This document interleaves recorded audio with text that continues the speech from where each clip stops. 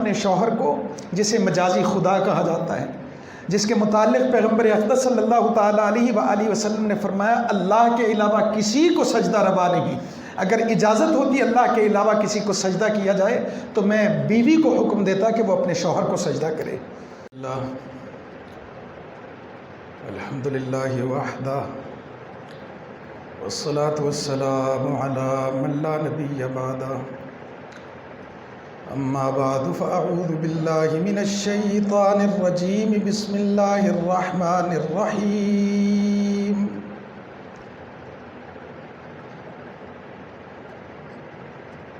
الف لام میم، ذالک الکتاب لا ریب فیہ ہدی للمتقین الذین یؤمنون بالغیب ویقیمون الصلاۃ ومما رزقناهم ينفقون والذين يؤمنون بما أنزل إليك وما أنزل من قبلك وبالآخرة هم يوقنون أولئك على هدى من ربهم وأولئك هم المفلحون۔ وقال النبي صلى الله تعالى عليه وآله وسلم صلوا الله اليقين والمعافات، أو كما قال صدق الله مولانا العظيم وصدق رسوله النبي الكريم ونحن على ذلك من الشاهدين والشاكرين والحمد لله رب العالمين۔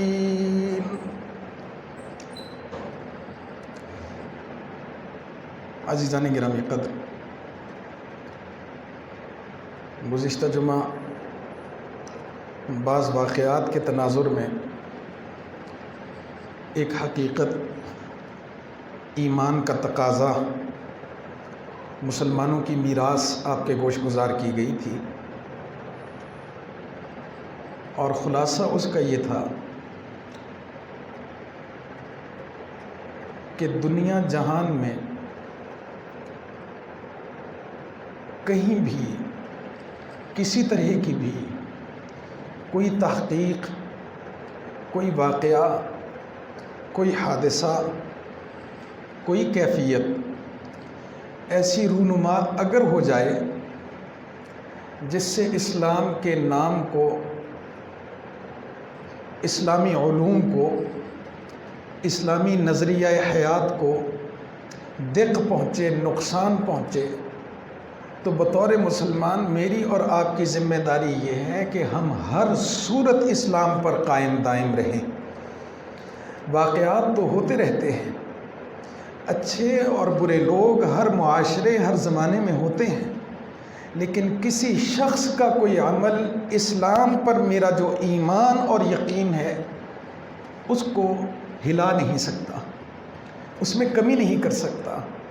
اسلام کے بارے میں مجھے جو ایمان، رسوخ، عبور اور ایقان کا درجہ حاصل ہے اس میں کمی نہیں ہو سکتی۔ یہ بنیادی مضمون تھا جو آپ کے گوش گزار کیا گیا۔ 3-4 واقعات کے تناظر میں انگلیاں جب اٹھی علماء پر، مدارس پر، مکاتب پر، اسلامی تعلیمات پر، تو اس ضمن میں یہ بات عرض کی گئی تھی کہ عالم غلط ہو سکتا ہے، اللہ کا علم غلط نہیں ہو سکتا۔ استاد میں گناہ کا جذبہ موجود ہو سکتا ہے، لیکن اللہ تبارک و تعالیٰ کے نازل کردہ قرآن میں کمی اور کوتاہی کا امکان نہیں۔ کسی شخص کا عمل تو غلط ہو سکتا ہے، لیکن اس عمل کی غلطی کی بنیاد پر میں اور آپ یہ حق نہیں رکھتے کہ اسلام پر انگلی اٹھانا شروع کر دیں۔ اسی ضمن میں نبی کریم صلی اللہ تعالیٰ علیہ وآلہ وسلم پر نازل کردہ کتاب قرآن اور سورہ بقرہ اور اس کی ابتدائی آیات آپ کے گوش گزار کی گئی تھی۔ ہر ہفتے ایک نئی ایسی کیفیت رونما ہوتی ہے کہ ذہن اس پر بہت پریشان ہو جاتا ہے۔ شاید آپ کے علم میں نہ ہو، میں آپ کے گوش گزار کر دوں کہ اسی ایک ہفتے کے دوران پاکستان کے ایوان بالا، جسے آپ سینٹ کہتے ہیں، وہاں سے ایک قانون اکثریت رائے سے منظور ہو گیا۔ وہ قانون کیا ہے؟ وہ قانون یہ ہے کہ کوئی شخص اپنی بیوی اور اپنی اولاد پر ایسا جسمانی، نفسیاتی یا ذہنی تشدد نہیں کر سکتا جس کی وجہ سے عورت یا اولاد پر کوئی جسمانی نشان آئے یا نفسیاتی بیماری بڑھے یا ذہنی تناؤ ہو۔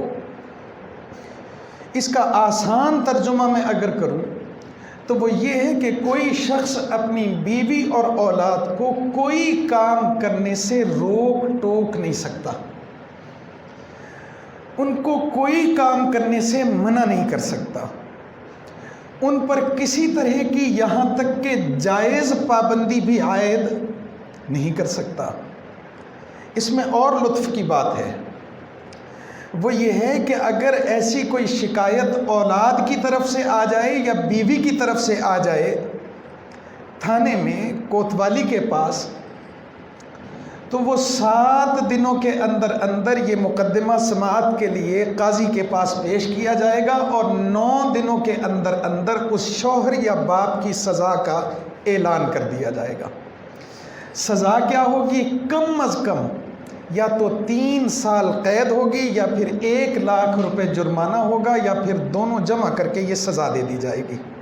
یہ ایک قانون ہے جو اسلامی جمہوریہ پاکستان کے ایوان بالا میں منظور ہوا ہے، جسے آپ سینٹ کہتے ہیں۔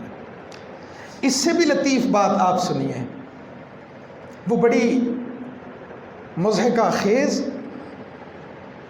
اور بڑی حیران کن ہے کہ جب یہ مسودہ اس قانون کا ایوان بالا میں پیش کیا گیا کہ کوئی شوہر اپنی بیوی کے ساتھ روک ٹوک کا معاملہ نہیں کر سکتا، تو اس قانون کو پاس کروانے میں میری اور آپ کی پسندیدہ تینوں بڑی پارٹیز شامل تھیں۔ اس میں شیر بھی شامل ہے، اس میں تیر بھی شامل ہے، اس میں بلہ بھی شامل ہے۔ یہ وہ 3 گروہ ہیں جن کی کسی معاملے میں آپس میں بنتی ہی نہیں ہے، آپس میں ان کا ہر چیز میں اختلاف ہے۔ بجٹ کا معاملہ آئے تب لڑائی، الیکشن کا معاملہ آئے تب لڑائی، اجلاس کا معاملہ آئے تب لڑائی، کرپشن کا معاملہ آئے تب لڑائی، خارجہ پالیسی کا معاملہ آئے تب لڑائی، داخلہ پالیسی کا معاملہ آئے تب لڑائی، ایک ایک چیز پر ان کا اختلاف ہے۔ لیکن حیرت ہے، جہاں اسلام کو روند ڈالنے کی بات ہوتی ہے، جہاں اسلامی تعلیمات پر تلوار اور تیر چلانے کی بات ہوتی ہے، یہ تینوں اکٹھے ہو جاتے ہیں۔ وہاں پر ان کا کوئی اختلاف ہی نہیں ہے، وہاں پر ان کا کوئی جھگڑا ہی نہیں ہے۔ محترم سراج الحق صاحب پارلیمنٹ میں ایک مسودہ منظوری کے لیے پیش کیا کہ پاکستان اسلام کے نام پر بنا ہے اور اسلامی معاشرے میں مختلف مہینے بھی ہیں، مختلف ایام بھی ہیں، مختلف ہفتے بھی ہیں، مختلف عشرے بھی ہیں، لیکن اگر ہم اسلامی سال کے 355 یا 356 دنوں کی تعیین کریں تو ان میں سے سب سے بہترین دن، جس کا تذکرہ پیغمبر اقدس صلی اللہ تعالیٰ علیہ وآلہ وسلم کی احادیث میں سید الایام کے نام سے آیا ہے، وہ جمعہ کا دن ہے۔ جمعہ کا دن خاص دن ہے، مسلمانوں کی طہارت کے حوالے سے، مسلمانوں کی عبادت کے حوالے سے، مسلمانوں کے وظائف اور اوراد کے حوالے سے، مسلمانوں کے اسلامی شعار کے حوالے سے، مسلمانوں کی خاص دین کے ساتھ نسبت کے حوالے سے۔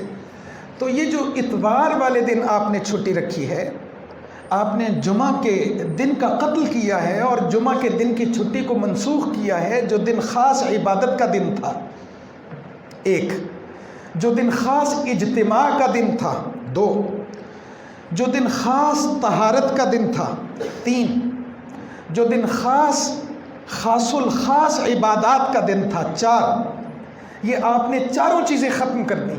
ملازمت کی وجہ سے جمعے والے دن مساجد میں اجتماع کم ہو گئے، ملازمت کی وجہ سے ناخن کاٹنا، غسل کرنا، نئے کپڑے پہننا، خوشبو لگانا، فجر سے آغاز کرنا، جمعے کی نماز کی تیاری کرنا، جمعے کی نماز کا انتظار کرنا، تفصیل کے ساتھ خطبہ جمعہ سننا، جمعے کی نماز ادا کرنا، عصر کے بعد کے کچھ معمولات جاری رکھنا، سورہ کہف کی تلاوت کرنا، اگر آپ جمعے کے دن کو ایک ورکنگ ڈے، کام کا دن بنا دیں گے تو ایک مسلمان پھر یہ سارے معمولات کیسے مکمل کر پائے گا؟ تو آپ یوں کیجئے کہ آپ اتوار کی بجائے جمعے کے دن کی چھٹی دیجئے اور اتوار کے دن کو آپ ورکنگ ڈے کا نام دیجئے۔ یہ کفار کا شعار ہے، یہ امریکہ اور یورپ کا شعار ہے کہ وہاں اتوار کے دن چھٹی ہوتی ہے۔ ہم اسلامی معاشرہ ہیں، ہمارے ہاں جمعے کے دن مسلمان کو فرصت ہونی چاہیے کہ وہ صبح سے لے کے رات تک اپنا پورا دن رشتہ داروں کے ساتھ ملنا ملانا، عبادات کی کثرت کرنا، قرآن مجید کی بعض خاص صورتوں کی تلاوت کرنا، اوراد اور وظائف کے معمولات کو جاری رکھنا، جمعے کے دن تفصیل کے ساتھ خطبہ جمعہ سننا، اس معاملے میں اس کی یکسوئی ہو، دفتر کی ذمہ داریاں اس پر عائد نہ ہوں، کاروبار کی ذمہ داریاں اس پر عائد نہ ہوں۔ محترم سراج الحق نے جب یہ ریزولوشن یا مسودہ یا تجویز پارلیمنٹ میں رکھی تو عین اس وقت نون بھی کہنے لگی یہ نہیں ہو سکتا، بلہ بھی کہنے لگا یہ نہیں ہو سکتا، تیر بھی کہنے لگا یہ نہیں ہو سکتا، حالانکہ اٹھنے بیٹھنے میں ان لوگوں کا آپس میں جھگڑا ہے، آنے جانے میں ان لوگوں کا آپس میں جھگڑا ہے، بجٹ تقریر الفاظ میں ان لوگوں کا آپس میں جھگڑا ہے، گھریلو معاملات میں ان لوگوں کی آپس میں نہیں بنتی۔ دوسرے لفظوں میں کہوں تو ہر اعتبار سے یہ منفرد ہیں، لیکن جب اسلامی نظام پر چھری چلانے کی بات آتی ہے تو یہ سارے اکٹھے ہو جاتے ہیں۔ مجھے یہ شبہ اور گمان ہونے لگتا ہے کہ یہ سارے کے سارے لوگ اللہ تبارک و تعالیٰ کے نمائندے بن کے ہمارے حکمران نہیں ہیں، بلکہ یہ غیر اللہ اور مشرکانہ قوتوں اور لادینی قوتوں کے نمائندے بن کے میرے اور آپ کے سروں پر مسلط ہیں۔ بات سمجھ میں آ گئی کہ جب کہا گیا کہ جمعے کے دن کی چھٹی کرو تو سب نے مل کے کہا نہیں، اتوار کی چھٹی ہوگی، جمعے کے دن کی چھٹی نہیں ہو سکتی۔ اسلامی شعار ہمارے ذمے نہیں ہیں، دنیا کے قانون کے مطابق ہم نے چلنا ہے۔ تینوں دشمن اکٹھے ہو گئے۔ مجھے یاد آ گیا کہ مشرکین مکہ الگ دین کے پیروکار، یہود مدینہ الگ دین کے پیروکار، منافقین ان دونوں سے ہٹ کے ایک الگ تیسرا طبقہ، نصارہ چوتھا طبقہ۔ لیکن جب محمد عربی صلی اللہ تعالیٰ علیہ وآلہ وسلم نے اللہ تبارک و تعالیٰ کے سچے دین کی تبلیغ کا آغاز کیا تو مشرکین، یہود، منافقین، نصارہ سارے ایک مک ہو گئے کہ نہیں، محمد دے دین کو چلن نہیں دینا، اپنا معاملہ اسی نبیڑ دے رواں گے، لیکن اے دے خلاف اسی کٹھے ہو کے چلنا۔ ہماری اپنی لڑائیاں اپنی جگہ پر، مشرکین اگر موسیٰ علیہ السلام کے دین کو نہیں مانتے تو ٹھیک ہے، نصارہ اگر موسیٰ علیہ السلام کے بعد عیسیٰ علیہ السلام کے قائل ہیں تو بھی ٹھیک ہے، یہود اگر عیسیٰ علیہ السلام کی نبوت کا انکار کرتے ہیں تب بھی بات چل جائے گی، منافقین نے اوپر سے کلمہ پڑھ لیا ہے، ہمارا ان کے ساتھ بھی گزارا ہو جائے گا۔ ہمارے اختلافات اپنی جگہ، لیکن محمد عربی صلی اللہ تعالیٰ علیہ وآلہ وسلم کی مخالفت میں ہم اپنے اختلافات کو بھلا کے اکٹھے ہو جائیں گے اور مجتمع ہو کے دین اسلام کا مقابلہ کریں گے۔ تو جب یہ ہماری نام نہاد طاقتور پارٹیاں جمعے کے دن کے معاملے میں اظہار خیال یوں کرتی ہیں کہ نہیں یہ ہمارے شعار میں سے نہیں ہے، جب یہ عائلی زندگی کے قوانین کے بارے میں یہ فیصلہ کرتی ہیں کہ یہ ہمارا شعار نہیں ہے، تو مجھے یہی گمان ہوتا ہے کہ شاید مشرکین، منافقین، یہود اور نصارہ کے اجتماع اور اکٹھ کی ایک شکل ہم اپنے ایوان اور پارلیمنٹ میں دیکھ رہے ہیں۔ سورہ بقرہ کی ابتدائی آیات تلاوت کی گئیں، الف لام میم ذالک الکتاب لا ریب فیہ، یہ کتاب قرآن مجید ایسی کتاب ہے جس کے کسی مضمون میں کوئی شک اور شبہ نہیں ہے، کسی حکم کی صداقت میں کوئی شک اور شبہ نہیں ہے، اللہ تبارک و تعالیٰ کی طرف سے نازل کردہ ہونے میں کوئی شک اور شبہ نہیں ہے، قیامت تک اسی قرآن کے حکم کے جاری و ساری رہنے میں کوئی شک اور شبہ نہیں ہے، اور اس قرآن کی صداقت میں بھی کوئی شک اور شبہ نہیں ہے۔ یہ اسلام مرد اور عورت کے، میاں اور بیوی کے تعلقات کی تخصیص بیان کرتا ہے۔ میں اور آپ کون ہوتے ہیں کہ قرآنی تعلیمات کے مقابلے میں ہم کوئی نیا آئین، نیا قانون، نیا دستور، نیا مسودہ، نئی قرارداد ایوان میں پیش بھی کرتے ہیں اور اس پر سارے متفق ہو کے اس کو پاس بھی کرتے ہیں۔ قرآنی طریقہ سمجھیے ذرا ازدواجی زندگی کو چلانے کا۔ الرجال قوامون علی النساء، یہ جو ایک گھر ہے جس میں ایک شوہر ہے، ایک بیوی ہے اور بچے ہیں، اس گھر کا منتظم، اس گھر کا محتمم، اس گھر کا نگران، نگہبان، ذمہ دار، راعی، اس گھر کا، وہ اس گھر کا سربراہ وہ شوہر ہے، وہ باپ ہے۔ یہ طے کر دیا ہے، یہ فیصلہ کر دیا ہے کس نے؟ اللہ تبارک و تعالیٰ کی کتاب قرآن میں۔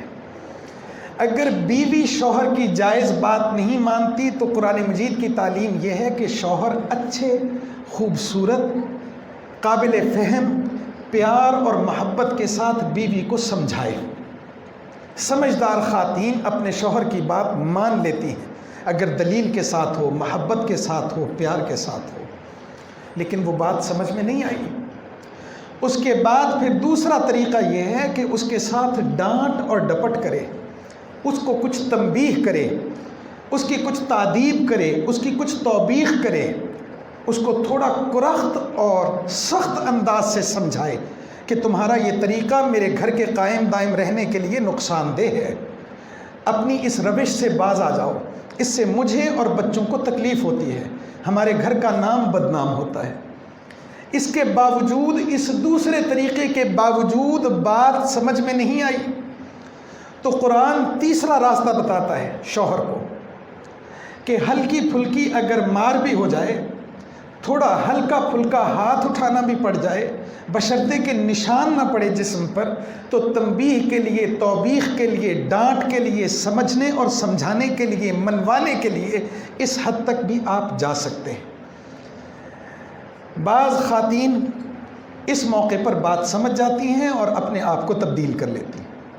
ان تین طریقوں کے باوجود بات نہیں بنی تو چوتھا طریقہ یہ ہے کہ شوہر اپنا بستر اپنی خاتون سے الگ کر لے، تو عورت شرمندگی محسوس کرے گی، معاشرے میں بھی اور اپنی اولاد کے سامنے بھی۔ اسے کچھ ندامت ہوگی کہ میں نے اپنے شوہر کو، جسے مجازی خدا کہا جاتا ہے، جس کے متعلق پیغمبر اقدس صلی اللہ تعالیٰ علیہ وآلہ وسلم نے فرمایا اللہ کے علاوہ کسی کو سجدہ روا نہیں، اگر اجازت ہوتی اللہ کے علاوہ کسی کو سجدہ کیا جائے تو میں بیوی کو حکم دیتا کہ وہ اپنے شوہر کو سجدہ کرے۔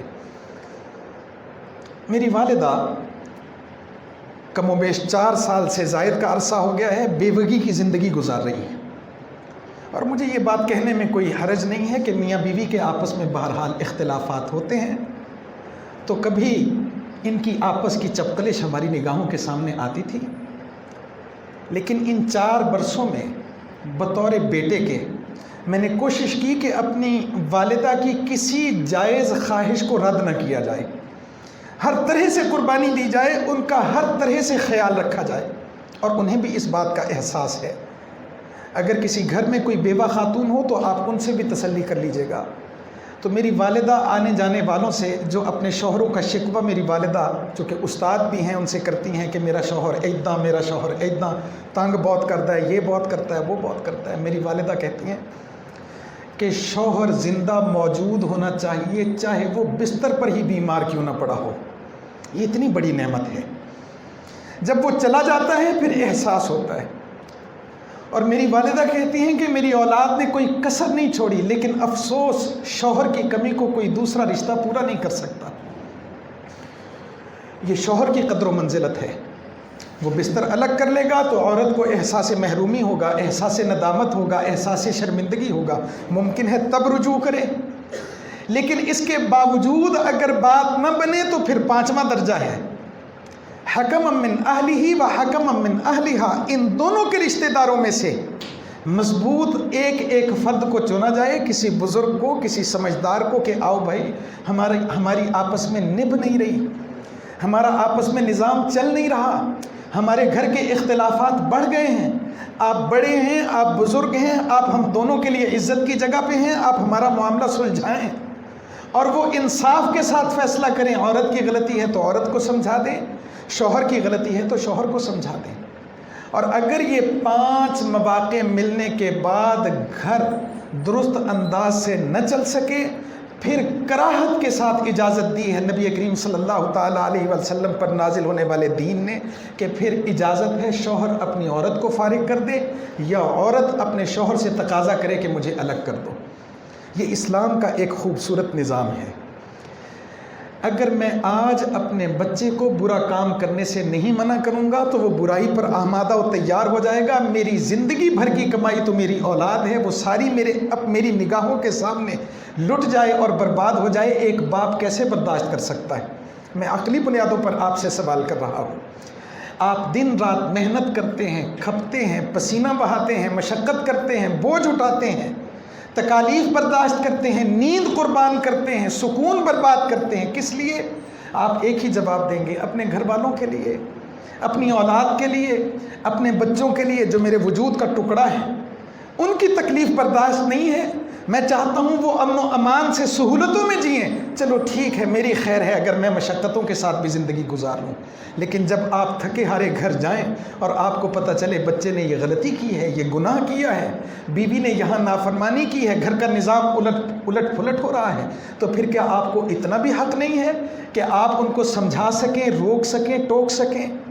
لیکن قانون پاس ہو گیا, آپ اپنی اولاد کو روک ٹوک اب نہیں سکتے, آپ ان کو پابند نہیں کر سکتے, آپ اپنی مرضی ان پر چلا نہیں سکتے. اگر آپ چلائیں گے تو بیوی کو یہ حق قانون نے دے دیا ہے کہ وہ تھانے میں جائے اور کہے کہ اے پتہ نہیں کتھوں آ گیا, سانو تنگ کردا, انہوں تے پڑھو, انہوں تے بنو. اور اولاد کو بھی یہ اختیار ہے, بیٹیوں کو بھی یہ اختیار ہے. باپ کہے کہ پردہ کرو اور وہ نہ کرنا چاہے, وہ شکایت کر سکتی ہیں کہ جی مجھے تو روز ٹارچر کرتے ہیں ابا جی, مجھے روز پریشان کرتے ہیں, میرے اوپر پابندیاں لگاتے ہیں. بیٹا شکایت کر سکتا ہے. نتیجہ کیا نکلے گا؟ آپ کے گھر کا اجتماع, آپ کے گھر کی صحت, آپ کے گھر کی بقا, وہ ساری کی ساری نیست و نابود ہو جائے گی.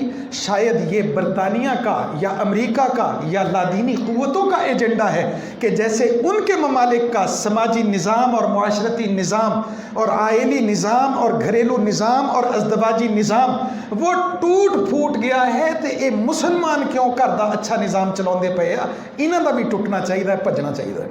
ان کی طرف سے اشارہ آیا, یہاں کے ذہنی غلاموں نے آمین کہا اور قانون منظور ہو گیا.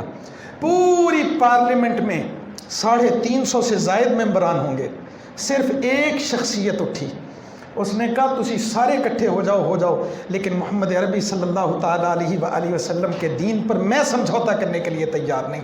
آپ گھروں کو برباد کریں گے, لہٰذا میں اس کے حق میں ووٹ نہیں دوں گا. اس کا نام ہے سینیٹر مشتاق غنی. اس کے بعد جمعیت علماء اسلام کے سینیٹرز وہ بھی ان کے ساتھ مل گئے. تو 5-6 مولویوں نے کہا قرآن کو چھوڑ کے دوسری طرف کیوں جا رہے ہو, جبکہ 300 سے زائد دیگر لوگوں نے کہا اسی اس معاملے سے اکٹھے ہیں, ہوتا ساڑیاں بڑیاں لڑائیاں ہیں, وزارت پر ہماری لڑائی, سفارت پر ہماری لڑائی, بجٹ پر ہماری لڑائی, انتخابی نشان پر ہماری لڑائی, ایجنڈے پر ہماری لڑائی, منشور پر ہماری لڑائی. لیکن جدوں اسلام نو قتل کرنے دی واری آئے گی اوتھے اسی سارے اکٹھے ہیں, نام دے مسلمان لیکن عمل دے پکے کافر. اور یہ لفظ آپ کو اگر سخت لگ رہا ہو تو میرے پاس اس کی دلیل موجود ہے کہ ایک شخص ہوتا مسلمان ہے لیکن وہ کفر کے درجے کے قریب چلا جاتا ہے. پیغمبر اقدس صلی اللہ تعالیٰ علیہ وآلہ وسلم نے فرمایا من ترک الصلاۃ متعمدا فقد کفر, جن نے جان بوجھ کے نماز چھڈی وہ کافر ہو گیا. تو علماء نے اس کا ترجمہ یہ کیا ہے وہ کافر نہیں ہوا, اصل میں اس کا معنی یہ ہے کہ وہ کفر کی منزل کے قریب چلا گیا. ممکن ہے کہ جان بوجھ کر مسلسل نمازوں کو چھوڑتے رہنا اسے دین اسلام سے برخاست کر دے اور یہ کفر کا نظام اختیار کر لے. آپ مجھے ایمانداری سے بتائیے, پارلیمنٹ میں یہ جو لوگ ہمارے حکمران ہیں ان میں سے آپ کس کو جانتے ہیں جو 5 وقت کا مستقل پکا باجماعت نمازی ہو؟ کبھی کبھی اگر نماز رہ جائے تو وہ قضا ادا کرنے کی فکر میں رہتا ہو, تو شاید آپ نہ دکھا سکیں کوئی بندہ, اگر دکھا بھی پائیں تو 2-4 لوگ. تو جب وہ نماز ہی چھوڑ بیٹھے، اسلام کے ستون سے ہی تعلق ختم کر دیا، اسلام کی بنیاد کو ہی توڑ پھوڑ ڈالا، اللہ تبارک و تعالیٰ نے جس چیز کو اسلام کا عروج قرار دیا اس سے ہی رشتہ ناتا توڑ دیا، تو نتیجہ کیا نکلے گا؟ ان کے فیصلے قرآن کے مطابق ہوں گے یا مخالف ہوں گے؟ یقیناً مخالف ہوں گے۔ یہ 1 مہینے کے اندر 1.5 مہینے کے اندر ان لوگوں نے اپنی رائے میرے اور آپ کے سامنے رکھ دی ہے کہ ہم اسلام کے نمائندے نہیں ہیں، ہم کسی اور کے نمائندے ہیں، ہم محمد عربی صلی اللہ تعالیٰ علیہ وآلہ وسلم کے دین کے نمائندے نہیں ہیں، ہم کسی اور تہذیب، کسی اور تمدن، کسی اور ثقافت کے نمائندے ہیں۔ لہٰذا اس ملک میں فیصلے اسلامی جمہوریہ پاکستان نام ضرور ہوگا، لیکن اس کے آئین کو کبھی ہم اسلامی بننے نہیں دیں گے۔ اگر بن گیا غلطی سے تو ہم اس پر عمل پیرا بھی کبھی ہونے نہیں دیں گے۔ یہ 2 باتیں آپ کی سمجھ میں آ گئیں؟ نبی کریم صلی اللہ تعالیٰ علیہ وآلہ وسلم کی ایک حدیث آپ کے گوش گزار کروں۔ بشر حاضح الامہ، پیغمبر اقدس صلی اللہ تعالیٰ علیہ وآلہ وسلم نے غالباً حضرت براء بن عازب رضی اللہ تعالیٰ عنہ سے روایت ہے، پیغمبر اقدس صلی اللہ تعالیٰ علیہ وآلہ وسلم نے فرمایا بشر حاضح الامہ۔ بلکہ اس روایت کے بیان کرنے سے پہلے میں آپ سے ایک چھوٹا سا سوال کر لوں کہ اگر کوئی حدیث بیان کی جائے جو صحیح ہو اور محمد عربی صلی اللہ تعالیٰ علیہ وآلہ وسلم کے ساتھ منسوب ہو، تو کیا آپ اس حدیث پر یقین کر لیں گے؟ اس بات پر آپ ایمان لے آئیں گے؟ یقیناً میں بھی یہی کہوں گا کہ ہم بالکل آنکھیں بند کر کے، ہمیں کسی اور دلیل کی ضرورت نہیں ہے، اتنا کافی ہے کہ پیغمبر اقدس صلی اللہ تعالیٰ علیہ وسلم نے فرما دیا بشر حاضح الامہ۔ نبی کریم صلی اللہ تعالیٰ علیہ وسلم فرمایا اس امت کو بشارت دے دو بالثناء، سین کے ساتھ، ترجمہ ہوگا سربلندی کی، والرفعہ، عروج کی، والنصر، اللہ تبارک و تعالیٰ کی طرف سے ملنے والی مدد کی، والتمکین، اس کرۂ ارضی پر قبضے کی، یعنی اس زمین، روئے زمین کے اکثر حصے پر تمہارا قابو اور کنٹرول ہوگا۔ کوئی زمانہ ایسا آئے گا۔ بشر حاضح الامہ، یہ کون پیغمبر فرما رہے ہیں؟ محمد عربی صلی اللہ تعالیٰ علیہ وآلہ وسلم، جن کی ابھی چھوٹی سی ایک ریاست، چھوٹے سے ایک شہر جس کا نام مدینہ منورہ ہے، ابھی صرف وہاں پر قائم ہے، جبکہ قیصر ابھی قائم ہے، بڑی طاقت، کسریٰ ابھی قائم ہے، بڑی طاقت، ہندوستان ابھی قائم ہے، بڑی طاقت، اور بڑی بڑی طاقتیں میدان میں مقابلے میں موجود ہیں۔ ایک چھوٹے سے شہر مدینہ منورہ کا والی، اللہ تبارک و تعالیٰ کا برگزیدہ آخری پیغمبر محمد عربی صلی اللہ تعالیٰ علیہ وآلہ وسلم ایک صحابی کو خوشخبری سناتا ہے اور فرماتا ہے کہ یہ خوشخبری امت تک پہنچا دو، بشر حاضح الامہ بالثناء والنصر والتمکین والرفعہ والعزہ، کہ اللہ تبارک و تعالیٰ ان کو عزت بھی دے گا، ان کو عروج بھی دے گا، ان کو سربلندی بھی دے گا، اللہ تبارک و تعالیٰ ان کو کرۂ ارضی پر قبضہ بھی دے گا۔ یہ بشارت، یہ خوشخبری میری امت کو سنا دو۔ تو یہ بشارت اور خوشخبری کیا ہارون الرشید کے زمانے میں پوری ہوئی یا نہیں ہوئی؟ کرۂ ارضی کے اکثر علاقے پر اس زمانے میں مسلمانوں کا قبضہ تھا۔ رفعت اور بلندی ایسی تھی کہ بر صغیر پاک و ہند میں ہندو اکثریت میں ہونے کے باوجود حکومت مسلمانوں کی قائم دائم تھی۔ رفعت بھی دی اللہ تبارک و تعالیٰ نے، عزت بھی دی اللہ تبارک و تعالیٰ نے، تمکین بھی اللہ تبارک و تعالیٰ نے عطا فرمائی۔ تمکین مکان سے ہے، رہنے کی جگہ، زمین پر قبضہ اللہ تبارک و تعالیٰ نے عطا فرمایا۔ تو یہ پیغمبر اقدس صلی اللہ تعالیٰ علیہ وسلم کی بات سچ ثابت ہوئی یا نہیں ہوئی؟ اگر یہ بات سچ ہے نا جو ثابت ہو چکی، تو یہ بات بھی سچ ہے کہ جو عائلی زندگی کے قوانین قرآن نے بتائے ہیں وہی اٹل ہیں، وہی حتمی ہیں، وہی اصلی ہیں، وہی عقلی ہیں اور وہی حق ہیں۔ ان سے اگر آپ دائیں بائیں ہوں گے اپنے گھر کا نقصان تو کریں گے، اپنے گھر کا فائدہ نہیں کر سکتے۔ عدی بن حاتم پیغمبر اقدس صلی اللہ تعالیٰ علیہ وسلم کے صحابی ہیں۔ نبی کریم صلی اللہ تعالیٰ علیہ وسلم کو مدینہ منورہ میں خبر ملی کہ کوئی قافلہ، کچھ لوگ آ رہے تھے، راستے میں ڈاکوؤں نے ان کو روکا اور لوٹ مار کی۔ عدی نبی کریم صلی اللہ تعالیٰ علیہ وسلم کے پاس بیٹھے ہوئے تھے۔ نبی کریم صلی اللہ تعالیٰ علیہ وسلم نے عدی سے پوچھا، بخاری، مسلم، ترمذی، نسائی، ابن ماجہ، تمام حدیث کی کتابوں میں معروف روایت ہے، آپ بھی جانتے ہیں۔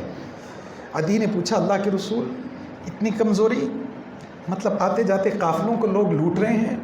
نبی کریم صلی اللہ تعالیٰ علیہ وسلم نے عدی سے کہا، عدی، حیرہ کا علاقہ دیکھا ہے؟ حیرہ کوفہ کے بالکل ساتھ، اس زمانے میں وہاں مسلمانوں کی حکومت بھی قائم نہیں ہوئی تھی۔ تو عدی نے کہا کہ میں نے نام سنا ہے لیکن علاقہ دیکھا نہیں۔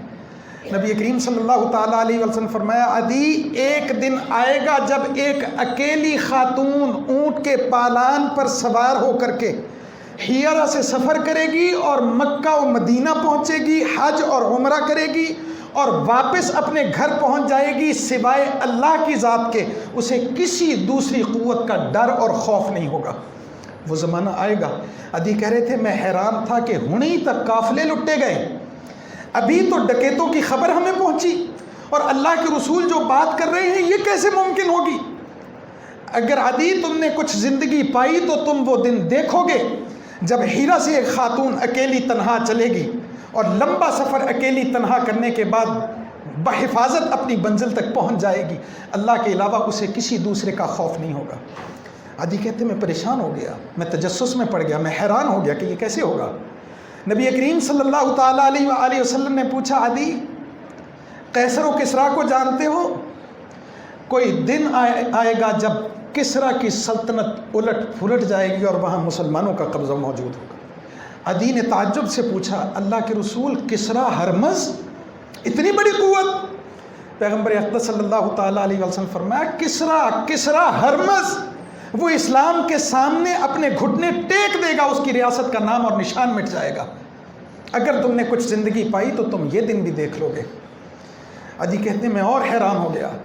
پیغمبر اقدس صلی اللہ تعالیٰ علیہ وسلم نے فرمایا مدینہ منورہ کی غربت اور صحابہ کرام رضوان اللہ تعالیٰ علیہم اجمعین کے فاقے اور محمد عربی صلی اللہ تعالیٰ علیہ وسلم کے گھر میں 7 دن چولہے کا نہ جلنا، اس زمانے میں محمد عربی صلی اللہ تعالیٰ علیہ وسلم فرمایا عدی کوئی دن آئے گا جب مسلمانوں کے امراء اپنا سونا جواہرات اور مال لے کے مدینہ منورہ کی گلیوں میں گھومتے پھرتے ہوں گے کہ یہ ہمارے ذمہ زکوٰۃ واجب ہے کوئی لینے والا زکوٰۃ؟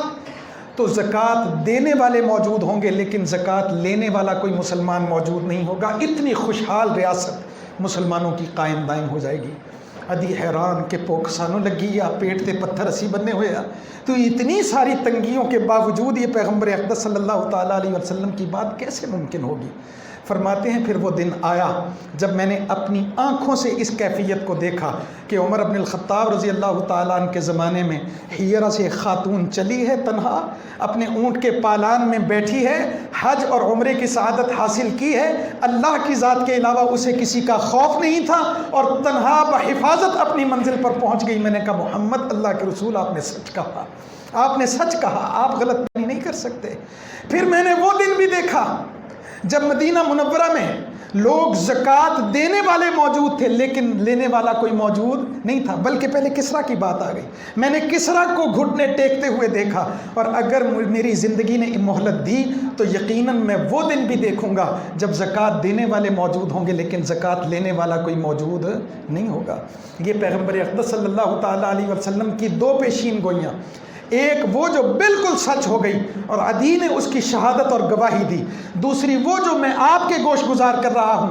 اسلام کو اللہ تبارک و تعالیٰ نے فتح دینی ہے، اسلام کو اللہ تبارک و تعالیٰ نے رفعت دینی ہے، اسلام کو اللہ تبارک و تعالیٰ نے قبضہ زمینی دینا ہے، مسلمانوں کو اللہ تبارک و تعالیٰ نے سربلندی عطا کرنی ہے۔ یہ الگ بات ہے کہ میں اور آپ اپنے عمل کی گندگی اور غلاظت کی وجہ سے مسلمانوں کی اس جماعت سے الگ رہنا چاہتے ہیں یا اپنے عمل کی پاکی کی بنیاد پر میں اور آپ مسلمانوں کی اس جماعت میں شامل رہنا چاہتے ہیں جو وہ دن آئے تو وہ اس دن کا حظ اور لطف اٹھا سکے۔ آپ نے جن کے ساتھ تعاون کیا، جن کے نام کے نعرے لگائے، جن کے لیے آپ لڑنے مرنے اور مارنے پر تل جاتے ہیں، یہ ان کا کردار ہے جو میں نے آپ کے سامنے رکھا۔ جمعے کا دن بحال نہیں ہوگا، کہا کہ مرد کی نہیں چلے گی، تو آپ ایمانداری سے بتائیے جیس کرچے مرد دی حکمرانی نہ ہوئے۔ ہمارے ہاں تو مثالیں بنی ہوئی ہیں، تجربہ کار لوگ جانتے ہیں، جس گھر کی حکمرانی عورت کے پاس آ گئی اس گھر کو برباد ہونے سے کوئی دوسرا روک نہیں سکتا۔ احیاء العلوم میں امام غزالی رحمۃ اللہ تعالیٰ علیہ نے ایک واقعہ لکھا ہے بڑا عجیب و غریب۔ حضرت عمر بن الخطاب رضی اللہ تعالیٰ مسلمان 1 سے زائد شادیاں کرتے تھے، قرآن نے اجازت دی ہے، بلکہ یہ بھی آپ ایک اسلامی شق پڑھ لیجئے۔ ہمارے قانون پاس ہو گیا ہے کہ آپ میڈم کی اجازت کے بغیر دوسری شادی نہیں کر سکتے. حالانکہ اسلام اجازت دیتا ہے لیکن پاکستان کا قانون اجازت نہیں دیتا. اسلام ایک چیز کی اجازت دے، آپ کے ملک کا قانون اس کام کی اجازت نہ دے، تو پھر میرا سوال تو بنتا ہے، بتائیے یہ اسلامی قانون ہے یا غیر اسلامی قانون؟ عمر بن الخطاب رضی اللہ تعالیٰ عنہ کی نئی ایک دوسری جگہ پر شادی ہوئی تو خواتین کو عام طور پر عادت ہوتی ہے آتے جاتے پوچھنا، کتھوں آئے، کتھے چلے، بیٹھ جاؤ. 2-3 دفعہ عمر رضی اللہ تعالیٰ عنہ نے برداشت کیا اور چوتھی دفعہ کہا کہ یہ کمرہ ہے، یہ اس کمرے کا کونا ہے، تمہاری جگہ یہیں پر ہے، اس سے زیادہ میں تمہیں اجازت نہیں دے سکتا کہ تم میرے آنے جانے اور میرے معمولات اور مصروفیات اور مشاغل میں رکاوٹ بنو. میں مسلمانوں کا امیر المؤمنین ہوں، میں نے بہت سارے کام کرنے ہیں، جے تیرے سامنے پیشیاں پغتا رہا تے باقی کام میں کتوں کروں گا. تو اگر آپ اختیار یہ خاتون کو دے دیں تو نتیجہ کیا نکلے گا؟ گھر کا نظام درہم برہم ہو جائے گا. لیکن آپ اب سوچ رہے ہوں گے کہ شاید میں یہ کہہ رہا ہوں کہ بیویاں نو ذرا کھچ کے رکھو، تو ایسی بات نہیں ہے. پیغمبر اقدس صلی اللہ تعالیٰ علیہ وسلم عائشہ سے کہتے تھے پانی پیو. پانی پیا عائشہ نے، کچھ بچ گیا تو جس جگہ پر ہونٹ عائشہ کے لگے ہوتے تھے اسی جگہ پر ہونٹ پیغمبر اقدس صلی اللہ تعالیٰ علیہ وسلم لگا کے پانی پیتے تھے. میاں اور بیوی کی محبت. نبی کریم صلی اللہ تعالیٰ علیہ وسلم نے زندگی کا آخری خطبہ، جسے آپ خطبہ حجۃ الوداع بھی کہتے ہیں، وہاں پر فرمایا استوصوا بالنساء خیرا، میں تمہاری بیویوں کے متعلق تمہیں خیر والے سلوک کی وصیت کرتا ہوں. استوصوا وصیت کرنا، استوصوا نصیحت کرنا، تاکید کرنا، اپنی بیویوں کے ساتھ کیا کرنا؟ خیرا، اچھے سلوک کی وصیت کرتا ہوں. نبی کریم صلی اللہ تعالیٰ علیہ وآلہ وسلم نے فرمایا خیرکم لأہلہ وانا خیرکم لأہلی، تم میں سے بہترین وہ ہے جو اپنے اہل خانے کے ساتھ اچھا سلوک کرتا ہے، اور میرا اپنی بیویوں کے ساتھ تعلقات اور سلوک تم سب میں سب سے بہترین ہے. اسلام خواتین کو تمام حقوق فراہم کرتا ہے لیکن ناجائز حقوق تو نہیں دے سکتے. وہ باندر دے ہاتھ سے تسی چھری یا چاقو پھڑا دو گے؟ نہیں پکڑا سکتے نا، وہ اس کے اہل نہیں ہے. آپ چھوٹے بچے کو نہیں اجازت دیتے وہ بجلی کے بورڈ کے پاس جائے، آپ کو پتہ ہے کہ نقصان کرے گا. آپ بعض چیزیں بعض لوگوں کو بعض کام کرنے سے روک دیتے ہیں جبکہ آپ خود وہ کام کر رہے ہوتے ہیں، لیکن مقصد آپ کا اس کو روکنا ٹوکنا نہیں ہوتا بلکہ اس کی بھلائی، اس کی حفاظت، اس کا خیال، اس کا لحاظ ہوتا ہے کہ اگر یہ وہاں جائے گا تو نقصان کرے گا، اگر اس کے ہاتھ میں ہتھیار آئے گا تو دوسرے کو قتل کرے گا. تو عورتوں سے بعض حقوق اگر سلب کیے گئے ہیں تو وہ اصل میں سلب نہیں کیے گئے، وہ ان کی حفاظت کے لیے ہے. تو اللہ تبارک و تعالی ہمیں سمجھنے کی توفیق عطا فرمائے دین کو. ہم ایسے قانون کو مانتے ہی نہیں ہیں، ہم اس قانون کو اپنے پاؤں کی نوک پر رکھتے ہیں جو نبی کریم صلی اللہ تعالیٰ علیہ وسلم پر نازل ہونے والی کتاب کے مخالف ہو اور نبی کریم صلی اللہ تعالیٰ علیہ وسلم کے فرمان کے مخالف ہو. چاہے حکومت پاس کرے، چاہے 300 لوگ پاس کریں، چاہے 500 لوگ پاس کریں، کوئی اور سمجھوتا کرے یا نہ کرے، ہم اس معاملے میں سمجھوتا کرنے کے لیے آمادہ و تیار نہیں. میں نہیں چاہتا کہ میری بیٹی بھی اسی طرح میرے ہاتھوں سے نکل جائے جیسے یورپی قوموں کی 18 سال کی بیٹیاں ان کے والدین کے ہاتھوں سے نکلی ہوئی ہیں. میں نہیں چاہتا کہ میرے گھر کے افراد کے ہاں بھی ناجائز اولاد ایسے پیدا ہو جیسے یورپ میں ابھی بہت سارے بچے ایسے ہیں جنہوں نے نہیں پتہ ساڈا پیو کون. ہم یہاں پر اسلامی معاشرہ چاہتے ہیں، ہم یہاں پر مشرقی معاشرہ چاہتے ہیں، ہم یہاں پر تہذیب اور تمدن چاہتے ہیں، لیکن حکمران مجبور ہیں، پتہ نہیں پیسے کی وجہ سے یا ان طاقتوں کی وجہ سے وہ غیر اسلامی قوانین دھڑلے سے پاس کرتے ہیں. لیکن اسی پھر گلی چ نکل کے انہاں دا ہی جھنڈا، انہاں دا ہی نعرہ، انہاں دا ہی فلیکس اور انہاں دا ہی نام، انہاں دیاں ہی دعوتاں، انہاں دا نام اونچا کر دیں. اپنے اسلام پر بھی غور کریں. ان کا اسلام تو کچھ سامنے آ گیا، اپنے اسلام کی طرف بھی کچھ توجہ کریں. اللہ مجھے اور آپ کو عمل کرنے کی توفیق عطا فرمائے. ایک واقعہ میرے ذہن میں اچانک آ گیا، وہ بھی ذرا سن لیں. الدین النصیحہ، دین تو سارے کا سارا خیر خواہی ہے. اگر آپ عورت پر روک ٹوک کرتے ہیں تو وہ بھی خیر خواہی کے جذبے کے ساتھ. اگر آپ اپنے بچے پر، بیٹے پر کچھ پابندیاں لگاتے ہیں تو وہ بھی اس کی خیر خواہی کے لیے. کون باپ چاہے گا کہ اس کا بیٹا غلط راستے پر چلا جائے؟ اگر روک ٹوک، ڈانٹ ڈپٹ، پہلے شروع کی تھا پرویز مشرف کے زمانے میں جب استاد کو پابند کر دیا کہ آپ ہاتھ نہیں اٹھا سکتے، مار نہیں سکتے. پروفیسر صاحب خوب جانتے ہیں کہ ان 20 سالوں میں جب سے وہ قانون پاس ہوا تعلیم کا بیڑا غرق ہو گیا ہے. میں 2 یونیورسٹیوں میں پڑھاتا ہوں، مجھے پتہ ہے طلباء کی اب کھیپ جو آ رہی ہے وہ کس کیٹیگری کی ہے، کس کیلیبر کی. ہمارا تعلیمی نظام اس کا بیڑا غرق کیا گیا. ہن باپ نو بھی پابند کرتا تو بھی نہیں پوچھ سکتا. باپ پوچھتا ہے خیر خواہی کے جذبے کے تحت. حضرت عبداللہ رضی اللہ تعالیٰ، نبی کریم صلی اللہ تعالیٰ علیہ وسلم کے ایک صحابی ہیں ابن عبداللہ، جریر ابن عبداللہ. تو انہوں نے کوئی گھوڑا خریدنا تھا، روایات میں آیا ہے. خیر خواہی کی بات آپ کو سمجھاؤں کہ خیر خواہی کیا ہے. بیچنے والے سے پوچھا کہ یہ گھوڑا کتنے میں بیچتے ہو؟ اس نے کہا 300 روپے دینے لگے، 300 درہم 300 دینار دینے لگے. تو کہنے لگے کہ یار مینوں لگتا ہے کہ تو قیمت دا تعین غلط کیتا ہے، 300 نہیں مینوں 400 تو گھٹ دا ہی لگتا نہیں ہے گا.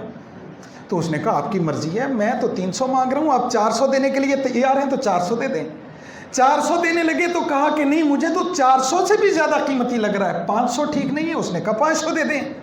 یہاں تک کہ بڑھتے بڑھتے روایت کے الفاظ ہیں کہ 800 روپے اس کے حوالے کر دیے. روپے سے مراد اس زمانے کی کرنسی. انہیں منگیا 300، دیتا انہوں 800. جب اس نے 800 لے لیا تو اس نے پوچھا حضرت 300 میں آپ کا معاملہ بنتا تھا، آپ کیوں 800 دے رہے ہیں؟ تو حضرت جریر بن عبداللہ نے کہا کہ میں نے محمد عربی صلی اللہ تعالیٰ علیہ وسلم کے ہاتھ پر بیعت ہی اس بات پر کی ہے کہ جب تک زندہ رہوں گا مسلمانوں کی خیر خواہی کروں گا. جب تک زندہ رہوں گا مسلمانوں کی خیر خواہی کروں گا. تو 300 منگیا، مینوں تھوڑا لگا، میں کیا نہیں تینوں گھاٹا نہ پی جائے، میں 400 کیتا، 500 کیتا، 800 کیتا، میرے کول سیگے، میں اپنے حوالے نال نفع دا سودا کیتا، لیکن تیرا گھاٹا نقصان بھی میں نہیں کیتا. دین خیر خواہی ہے. بیوی کے لیے ڈانٹ اور ڈپٹ اس کی خیر خواہی کے لیے ہے، اولاد کے لیے ڈانٹ اور ڈپٹ اس کی خیر خواہی کے لیے ہے، شاگرد کے لیے ڈانٹ اور ڈپٹ اس کی خیر خواہی کے لیے ہے. لیکن حکومت یہ چاہتی ہے کہ تسی کسی بھی خیر خواہی نہ کرو. تو ہم اس آئین اور قانون کو ماننے کے لیے تیار نہیں. اللہ مجھے آپ کو عمل کرنے کی توفیق عطا فرمائے. وآخر دعوانا ان الحمدللہ رب العالمین.